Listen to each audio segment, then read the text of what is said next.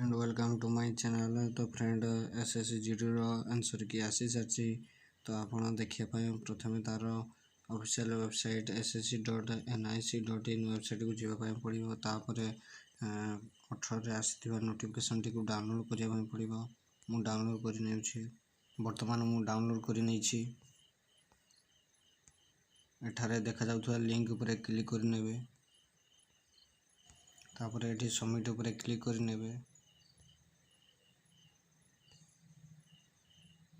तापर एठी click here उपरे क्लिक करने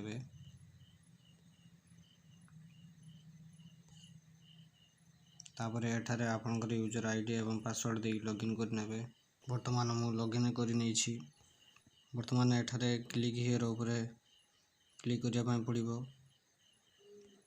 वर्तमान मोर क्वेश्चन पेपर ओपन हो सारी या डाउनलोड करी मध्य देखि परिबे।